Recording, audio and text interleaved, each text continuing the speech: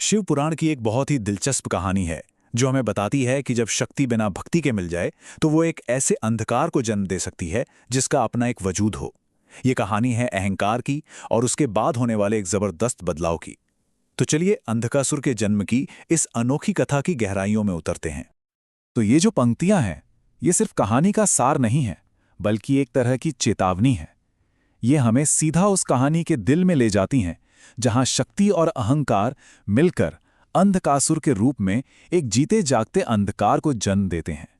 तो सवाल ये उठता है कि अंधकासुर की उसकी शुरुआत हुई कैसे। इसकी कहानी शुरू होती है एक असुर की बहुत ही तीव्र इच्छा और एक देवता की गहरी समाधि के एक ऐसे संगम से जिसकी किसी ने कल्पना भी नहीं की थी। देखिए, कहानी की नींव दो अलग अलग जगहों पर रखी जा रही थी। एक तरफ असुर राजा हिरण्याक्ष था, जो देवी पार्वती जैसी दिव्य ऊर्जा वाला एक अजेय पुत्र चाहता था, और दूसरी तरफ कैलाश पर भगवान शिव अपनी ही चेतना में गहरे डूबे हुए थे। इन दोनों घटनाओं का आपस में जुड़ना ही एक बहुत ही असाधारण जन्म की वजह बना।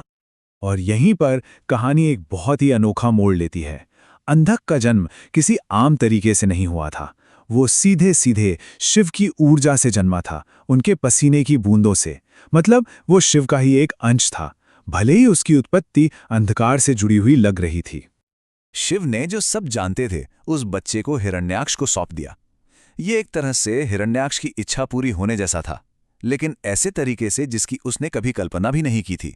और बस यहीं से भाग्य का वो पहिया घूम गया जो आगे चलकर एक बहुत बड़े टकराव का कारण बनने वाला था। तो जन्म तो हो गया, लेकिन अब कहानी आगे बढ़ती है शक्ति की तरफ। अंधक अब एक ऐसे वरदान की खोज में निकलेगा जो उसे अजेय तो बना देगा, लेकिन यही उसके भाग्य पर हमेशा के लिए मोहर भी लगा देगा। हिरण्याक्ष की देखरेख में पलकर अंधक बड़ा हुआ और लगभग अमर बनने के लिए उसने बहुत ही कठोर तपस्या शुरू कर दी।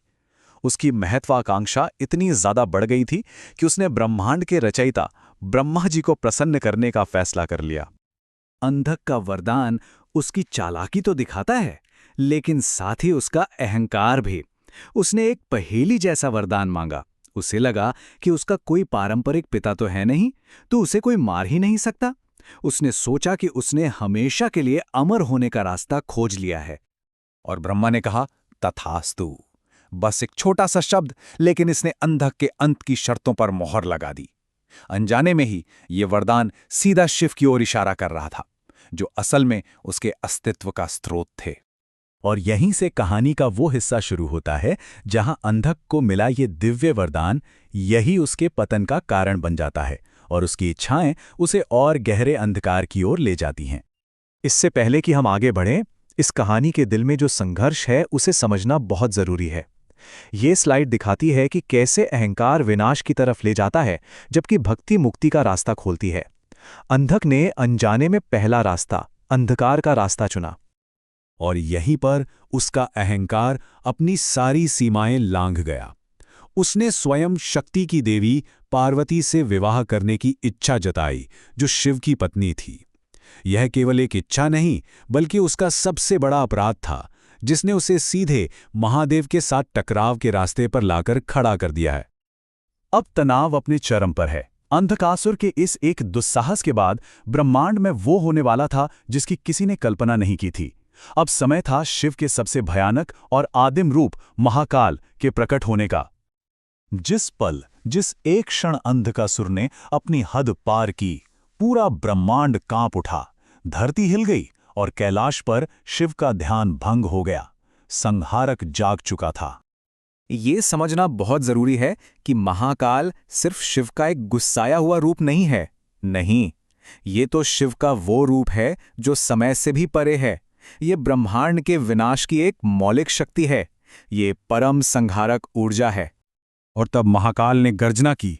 इस एक वाक्य में शिव का वो असीम क्रोध था, जब उन्होंने उस असुर का सामना किया जिसने उनकी ही शक्ति, उनकी अर्धांगिनी का अपमान करने का साहस किया था। और महाकाल के प्रकोप के साथ ही शुरू हुआ वो युद्ध जिसे जीतना लगभग नामुमकिन था। ये देवताओं और एक ऐसे दुश्मन के बीच की लड़ाई थी जो खुद मृत्यु को ही चुनौती दे रहा था। युद्ध की रणनीति भी असाधारण थी, क्योंकि दुश्मन भी असाधारण था।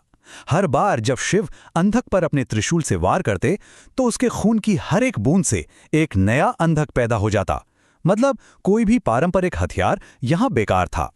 इस नामुमकिन दुश्मन पर काबू पाने के लिए दिव्य शक्तियों की जरूरत थी और तब मातृकाओं का आगमन हुआ। तो अब कहानी पहुंचती है अपने सबसे जरूरी मोड़ पर। युद्ध के अंत पर नहीं, बल्कि एक असुर के आध्यात्मिक बदलाव पर। यह सफर है अंधकार से ज्ञान तक का। जब मातृकाओं ने अंधकासुर के रक्त को पीना शुरू किया तो उसकी शक्ति खत्म हो गई। पर यह सिर्फ एक शारीरिक हार नहीं थी, ये उसके अहंकार का, उसके गुरूर का पूरी तरह से विनाश था। शक्तिहीन होकर वो शिव के चरणों में गिर पड़ा और हार के उसी पल में ज्ञान का सूरज उगा। अहंकार पिघल गया और समर्पण ने उसकी जगह ले ली। अंधकासुर ने अपनी गलती मानी और ये स्वीकार किया कि वो अज्ञान के अंधकार में पूरी तरह भटक गया था। और यही इस कहानी का सबसे खूबसूरत, सबसे शक्तिशाली हिस्सा है। शिव ने उसे सजा नहीं दी, उन्होंने उसे शुद्ध किया। उन्होंने अंधक को नष्ट करने के बजाय उसे बदल दिया। उसे एक असुर से अपने सबसे प्रिय गणों में से एक भृंगी गण बना दिया। ये शिव की असीम कृपा को दिखाता है। तो अंधक की कथा हमें यही सिखाती है। ये शक्ति, अहंकार और आखिर में मुक्ति की एक यात्रा है। यह हमें याद दिलाती है कि जिसका जन्म शिव की ऊर्जा से हुआ है, उसे अंत में शिव ही मुक्त करते हैं। अहंकार अंधकार है, लेकिन भक्ति वो प्रकाश है जो उस अंधकार को भी बदल सकता है।